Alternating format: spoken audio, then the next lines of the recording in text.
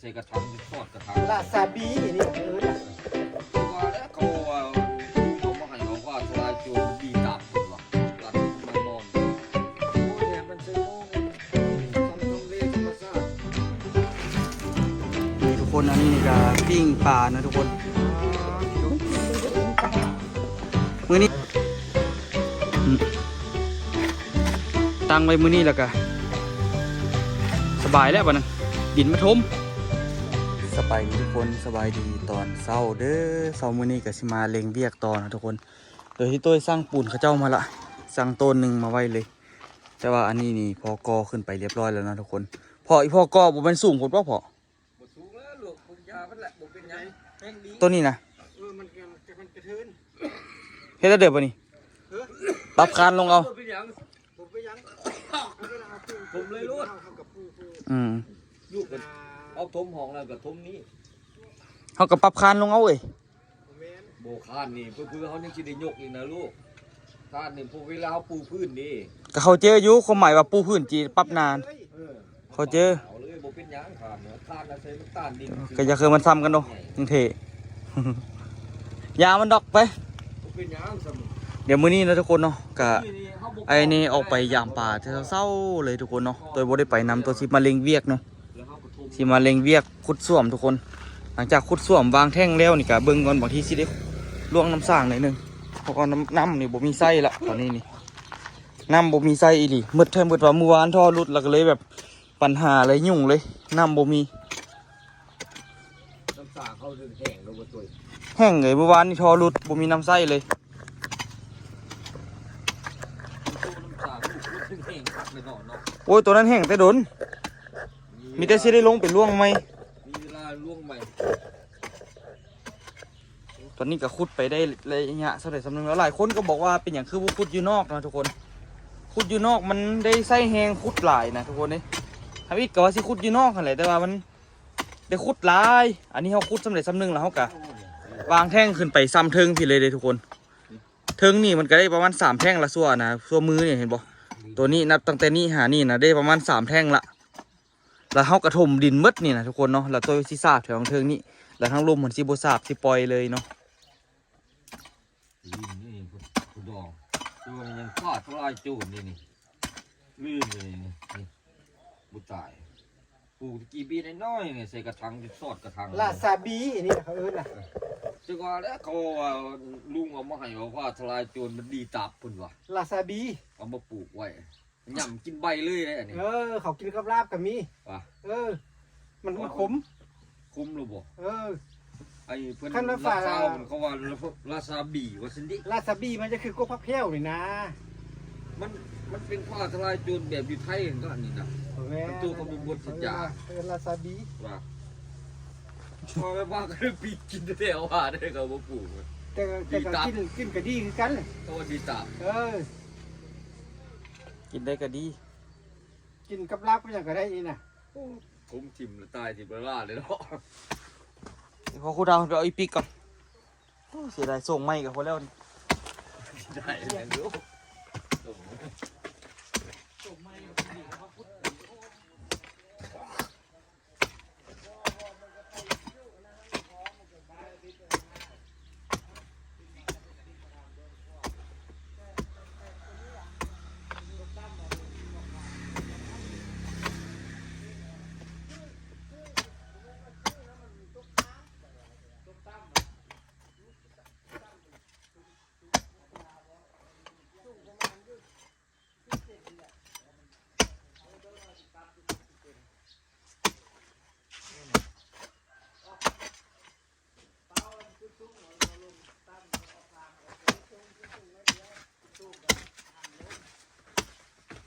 โอ้เปลี่ยนพื้นส่วนออกก่อนมา อีปิกเก็บก่อนดิกระดอก พื้นที่ก่อนนะ อีปิกมันซับก่อน ปิกเอาออกก่อน โอ้ลืมไปเอาลิกเสลงน้ำมัด เอาหน้ากล้องขึ้นไป มาพังบ่เกย ฮะ เอาลิกเสลง มา น้ำ ท มัดพังบ่ เอาอีปิกนี่หน่ง่ายละแต่ว่าส่วนนี้เงาดิ พัดเอาเลย ตัดสิได้เอาอ่อนเก่ากันนะพวก ตัวเก่าตัวหนึ่งมีด้ามมือกันไป ตัว ใส่ เก่าดามสันมาให้นะ ไปใส่ นี่แหละส่วนตัวนี้แหละแต่ว่าแปลงเอาเลย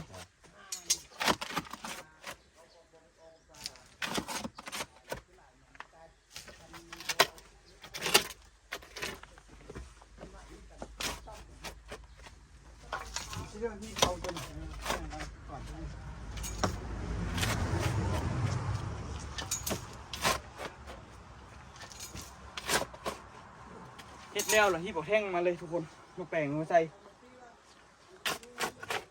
อยากเฮ็ดตัวนี้ให้มันแล้วล่ะที่ดินมาถมเอาอันนี้ถมมันก็ได้ดินเพิ่ม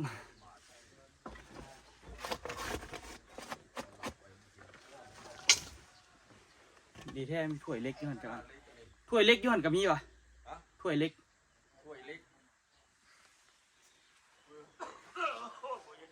สุดก่อนเนี่ยมันกรอบดินบักคักถ้วยเล็กเลยตัวมักใส่ถ้วยเล็กมันละเอียดดีเวลากรอบดิน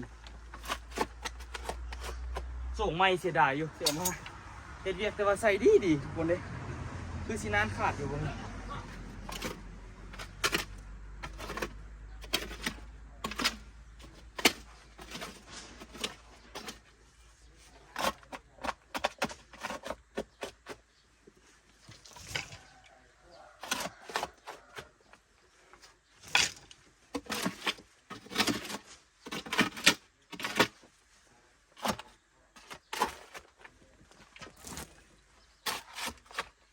มันเป็นขี้หินนะทุกคนที่ลุมนี่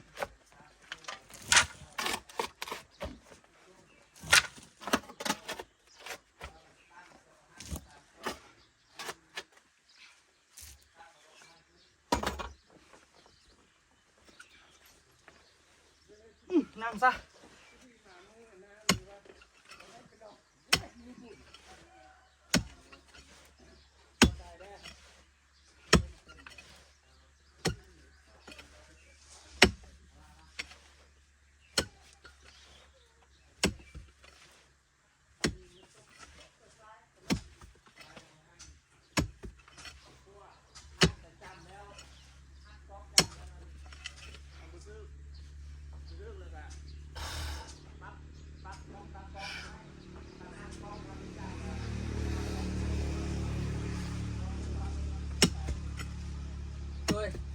เอ้ยคูน้อย เดี๋ยวเอาไหม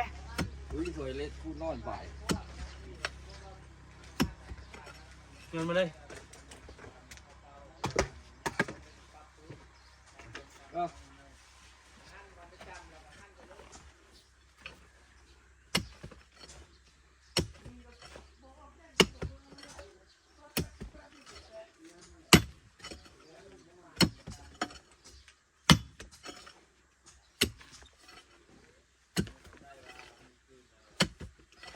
ชงเม็ดหนึ่งพ่อระเบิดเลย แม่เตี๋ยว เม็ดเดียวเนาะ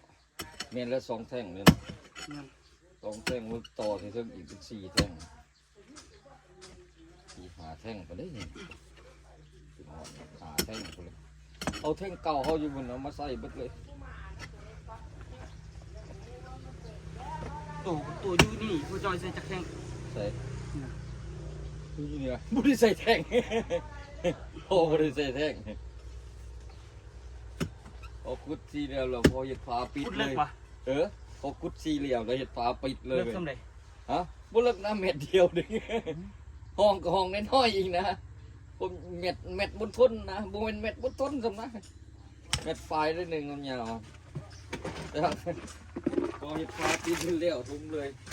พอห้องน้ำพอมันบุยรีมันก็บ่ค่อยได้ใส่ได้วิธีเมกันผู้เดียวโอ้บุเห็ดใหญ่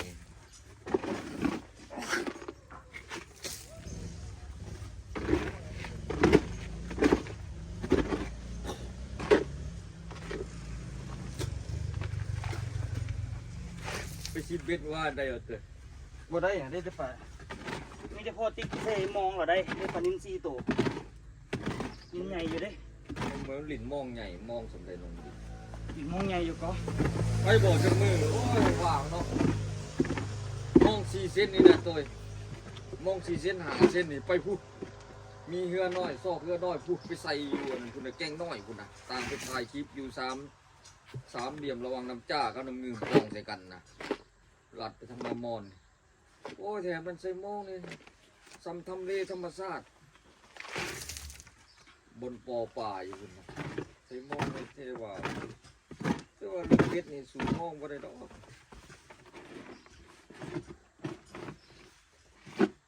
ที่หลวงพ่อผู้หนึ่งไปหาป่า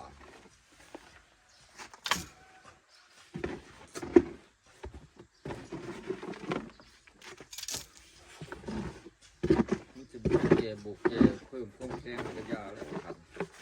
บอลเดินเห็นเล็กโอ้ไว้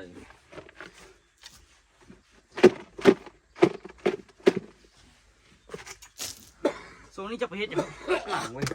ฮะ เจ็บหลังโซน ลูกนอนติ่งที่ ก้มหน่อยนึงก็เจ็บหลังแล้ว มันลูกนอนอันใดหนึ่งติ่งเลยหนึ่งข้างหลังเวลานอนก็สำคัญนะ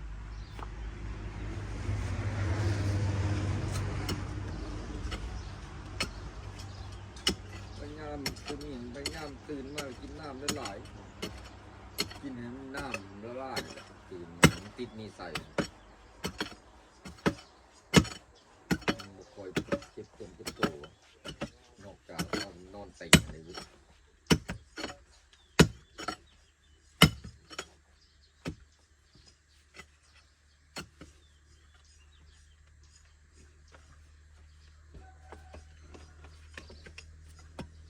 จะเอายังมาตกมาตัวนะฝนตื่นมายังเป็นเย็นอากาศมันก็คำนะคนอื่นตกคนของโลกในเมืองเขาดีกว่าท่านกับทิมก็ยังตก ช่วงลูกเวียงกรุงเทพก็ตกหนักนะครับ บนเมืองเขานี่เสียที่ใส่สบู่ก็ยังตกนะ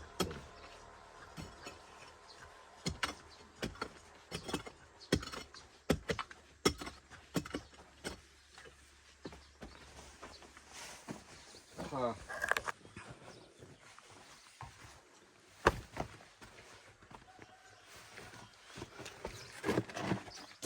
ใส่มองเลยจริงๆเลยเรียกว่าฮอดมือเต้า บอกเขาจะตีมองล่ะแล้วเราทิมมองไว้แล้วเราไปใส่เบ็ดเทเบ็ดปลาเคืองไว้เราเอาปลาดุกไปตามดิ โอ้ย เบ็ดปลาใหญ่นั่นซะแต่กระวังกับปลาเคืองนั่นแหละเพราะว่าขอบอกใหญ่เลย โอ้ยหมักแบบนั้นเป็นยังเดือนอันนั้นแม่เดือน7 เดือน8มาใส่น้ำซ้ำนี่แม่ใส่เอาปลาคูนนะเอาหมักใส่เบ็ดนะต้องเบ็ดเบอร์ใหญ่เบอร์1คนไหนคอยได้มันได้เป็นคนอยู่มันได้ปลาคูนเลยแต่ปลาเนี่ยมันดีก็บอกกินเบ็ดได้ปลาโอ้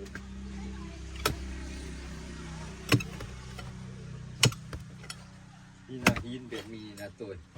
เขาปาดสบายเลยปาดเป็นสี่เหลี่ยมเลยหินอยู่เขียนนี่มันมีซองสีก่อนตัวสีเขียวอ่อนกับสีแดง ชิม่วงกับนี้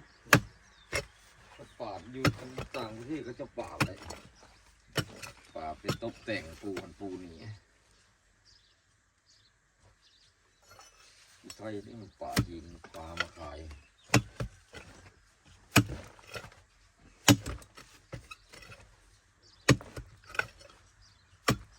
โอ้เป็นดิคุดเด่นมาเนี่ยบาเสียวมากเป็นคุดเร็วหน้าไปก่อนเร็วเลยมัดเล็กที่เสาเลยคือตั้งที่ตีนจะเก็บเสาหรือตั้ง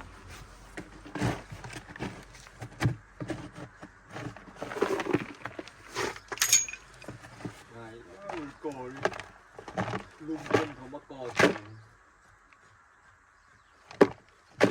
ฟ้าเลย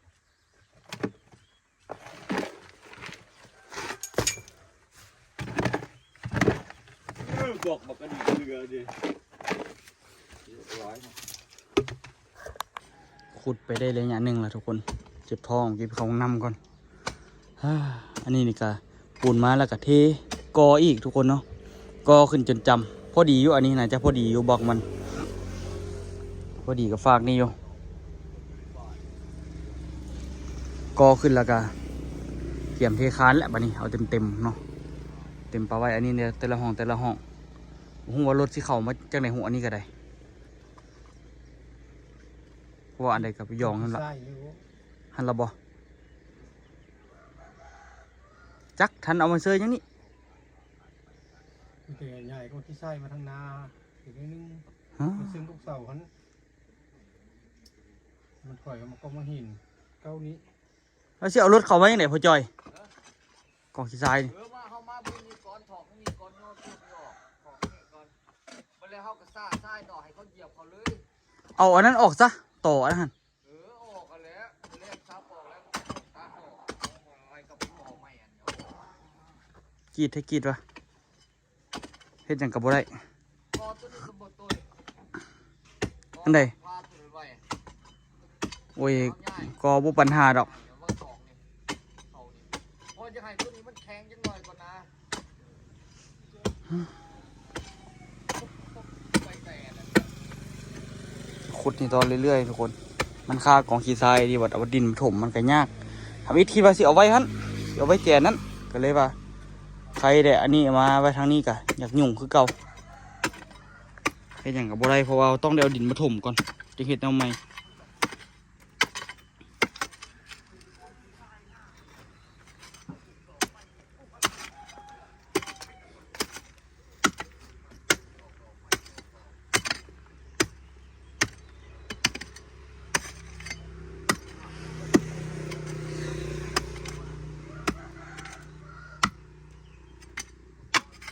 คอยขุดก็ออกอยู่เนาะ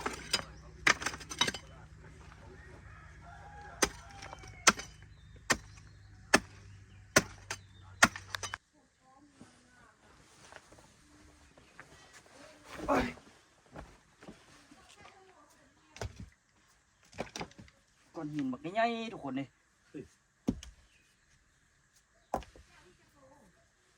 เจอคำแต่ก่อนหนึ่งสำนีเนาะมีปลานี้เลยนะกินเลยแล้วงานกัน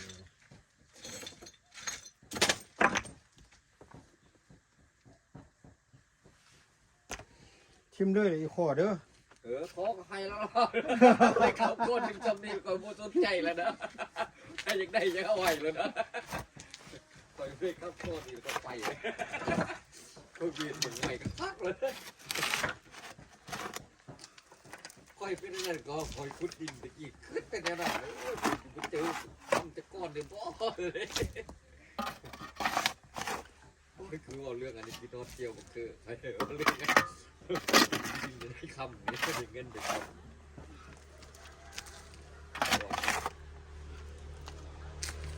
โอ้ยเรื่องจะชิบตายแปดแม่จะไม่แต้ไปดูโอ้ยเกียดแก้ว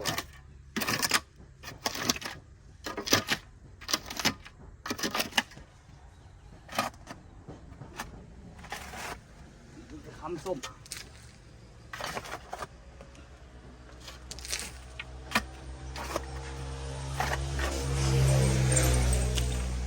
เอาไปไหนได้หรอกสมัยมีตอนตะกี้ก็มาฟังนะโอ้ยลายคนนี้เลยได้สับชิ้นอยู่งานน้ำปูนเป็นผ้าเก่าเครื่องเก่าลายแต่อย่างนี้ปีหาบุญเดือนหาปีนี้เด้อพอดองเจ้าเขาให้เวลาบุญได้เกินชั่วโมงหนึ่งเนี่ย สภาพบรรยากาศตอนเช้าบ้านพลม่วงโอ้อย่างว่าสิไปเบิ่งเขาเจ้าเปียกห่วยเขาจะใส่เท่าใดซะเนาะนานมาโพดหนีปะซะบ่ได้มีดอกมือตัวเองอยู่หั่นก็เลยกลับ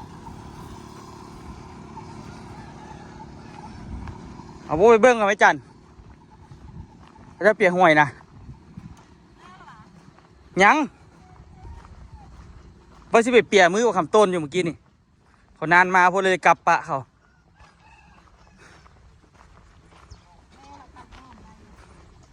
ได้เท่าไหร่5 โล20,000ได้เส้นหนึ่งหอมบัวโล40 3 โลได้เส้นซาว ได้มือที่200,000 แม่ตื่นแต่ดึกๆกูเนี่ยมาต้มเอาน้ำได้แล้วก็มาตัดหอมเหี่ยงโคมแม่ ขุดส่วมต่อดีกว่าเขานานมาพอว่าสิไปเบิ่งเด้พอเฮ็ดแล้วเราก็เป็นหูเป็นหางอยู่เดิ เดี๋ยวน้ำเฮาบ่มี น้ำเห็นยัง น้ำเฮาบ่อ้อ ก็อยู่ถังนี่ฟ้านี่ก็มีอยู่ถังหนึง กลางคืนขนาดดึกๆแล้วลูกมาจอบเสื้อไม่จอบเอาขนาดนี้นี่ มีแต่ล่วงอะไรแล้วมันออกใบ ลวงแล้วพุดตัวนั้นพุดตัวนี้บ่พุดตัวนี้บ่แปลงมันพุดมาใส่เอา ก็สิขุดอยู่ซอกคนดึงก่อนแม่นี่ขุดส่วมแล้วคันว่าทันสิไปขุดเลยตัวนั้น จะเป็น5คนเฮาอันนั้นแหละ ไปหาพ่อเฒ่านั้นมันล่วงไหมเราเครียดให้พ่อจอยที่บอกเอาคันใดส่งเราคืนเนี่ย นี่ทุกคนอันนี้นี่ก็ปิ้งปลานะทุกคนกินมึงก็กินปลา มื้อนี้นี่ก็กินในข้าวนี่แล้วเราก็สิได้ขุดต่อให้มันแล้วไป เฮ็ดไร่ใช่ป่ะเฮ็ดเลิกใช่ป่ะ เม็ดเดียว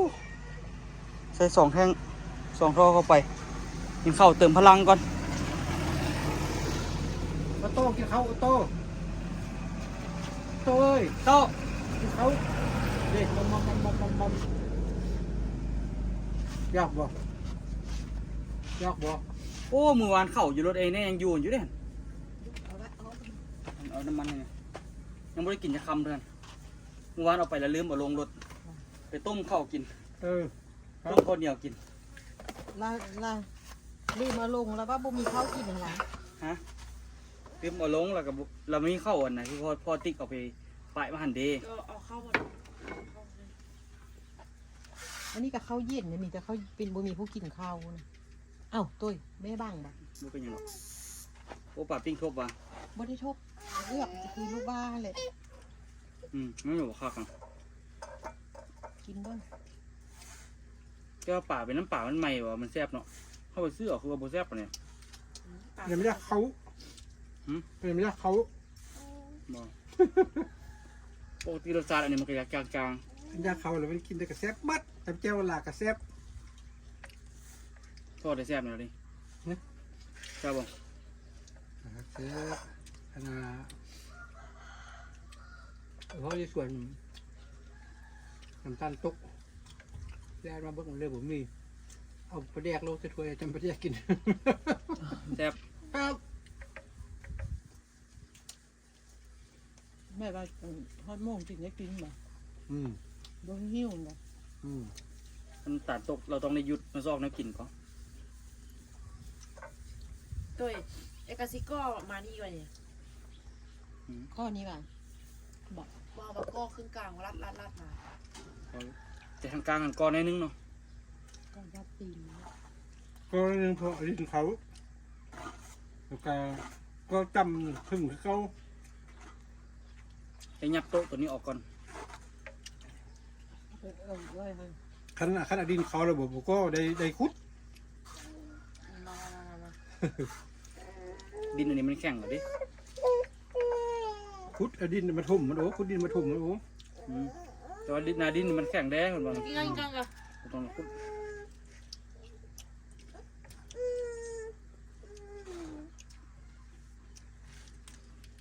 นอนตีอันนี้ ไม่ต้องเอ็แล้ว ตื่นนอน ตื่นนึงอ่ะเอาหม้อเขียวของขี้แห่ซะคักวันนี้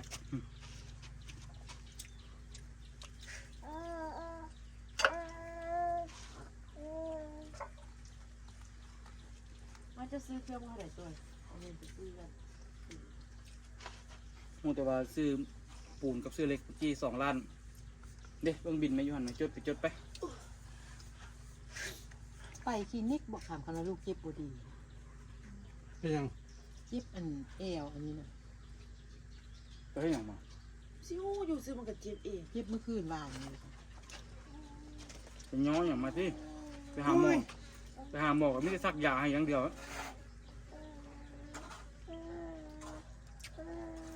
อย่าแก้ปวดเขาเฮ้ย โจ้ ทุกอย่างขุดไปใกล้สิได้ระดับแล้วทุกคนเดี๋ยวอีกแต่30 เซนกันเหลือละแล้วก็สิไปค้นเอาบล็อกไปเอาท่อเก่าอยู่ทางหลุมของทุกคนมันมีไหนหนึ่งอยู่แล้วก็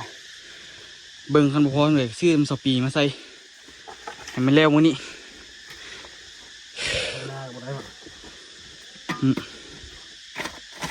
ตั้งไว้มื้อนี้แล้วก็สบายแล้วบัดนั้นดินมาถม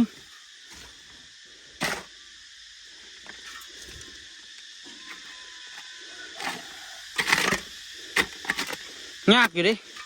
ส่วนที่ขุดลงซ้ำนี่นะมันเป็นหินเด้แล้วอีปิกขุดคันพวกอีปิกนี่ยากขุดน้ำสร้างนี่ขาดอีปิกนี่ลำบากขนาดทุกคนนี่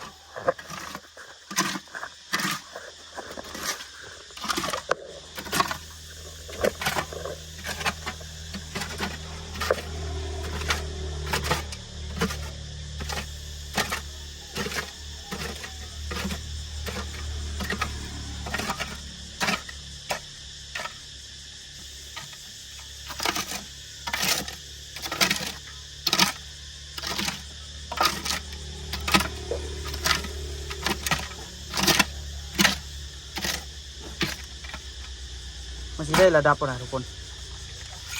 นี่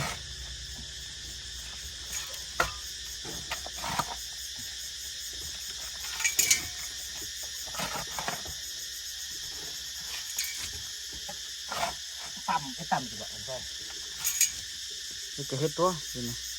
เอาไปใบครับ บางทีแรงๆพายเนี่ยไปถ่ายคลิปมันติดจากมือ ใครคิดเลย ติ๊ก เจ้าครัว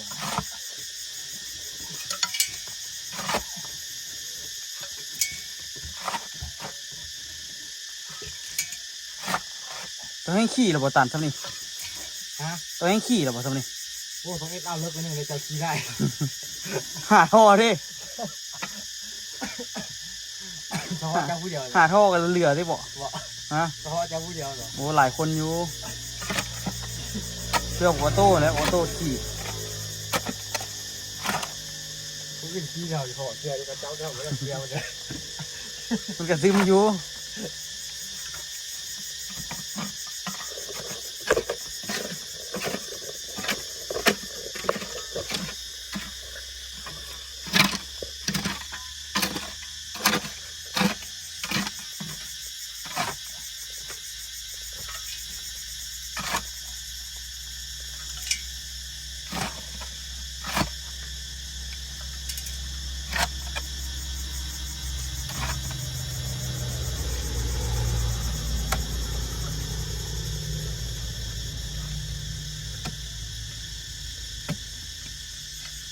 ก็คูดขอแงะไปได้อยู่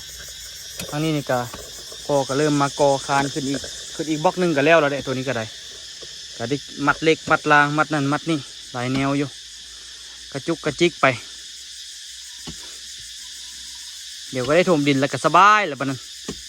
ถมดินแล้วก็กอตัวนั้นขึ้นหันแล้วก็เทคานอัดหันแล้วก็ต่อเสาทุกคนทั้งหน้าก็ได้ถมอยู่นะทุกคนได้ถมเพียงกันเลยทั้งหน้าหันก็ได้แต่สิได้กอทางแคมนี่กอจนจำแล้วก็เฮ็ดทางน้ำฝนลงทางข้างนี่เอาทาน้ำฝนอย่างให้มันลงทางข้างนี่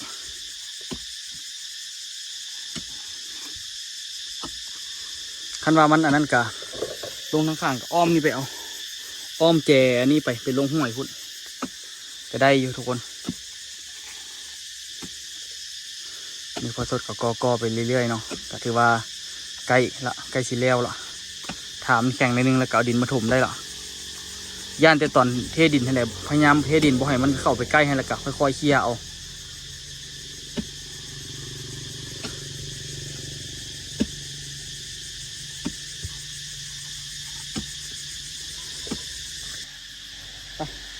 ทุบไปหยังฮะ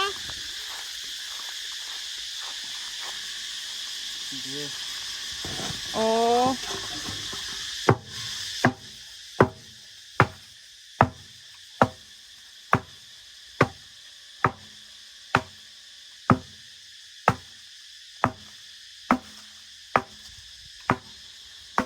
อันไหนมีกับหมุนไส้ไป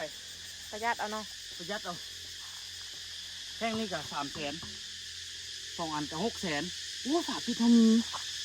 อืม โอ้สิได้บอกต่อปีก็สั่นเอามาได้ใส่บาทนั่น ตัวนี้ตัวเก่าอยู่ตัวนี้ดิ ฮะ เขาอยู่ห้องน้ำตัวเก่าดิ เอาออกซะบ่ แล้วแม่ถมดิ ถูกแล้วเลยว่ะ อืม มันมีอันปองอยู่อ่ะเขาก่อนเก่าตัวสั่นอ่ะ โอ้ย ไก่เด้อโอ้ลูก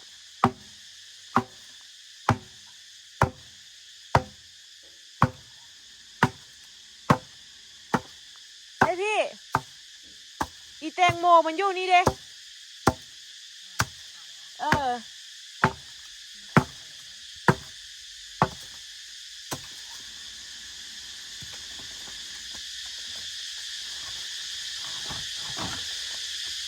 โอ้ ตัวแตก ใส่โอ้แท้ ฮะ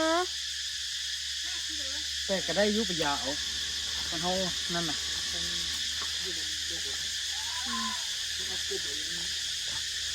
ย่ามันโดดออกข้าวกบมาเลี้ยงต้องเห็ด มันบ่แตกหลายคนนี่เอาได้อยู่ที่ได้กุ๊บนี่ค่อยๆกุ๊บออกมัน อ่ะเข้าไปซื้อแล้วให้เจ้าก่อน นี่ทุกคนตอนนี้นี่ก็ขุดใกล้สิได้ระดับมันละทุกคนเนาะได้ประมาณ80 เซนละแล้วก็มาต่อท่อนี่เนาะมีคนสงสัยว่าท่ออันนี้เป็นท่ออย่างท่ออันนี้เป็นท่อส้วมเด้อ ก็บ่วายจังหน่อยเนาะท่อนี่เป็นท่อน้ำห้วยนะทุกคนท่อมันแต่น้ำห้วยแมว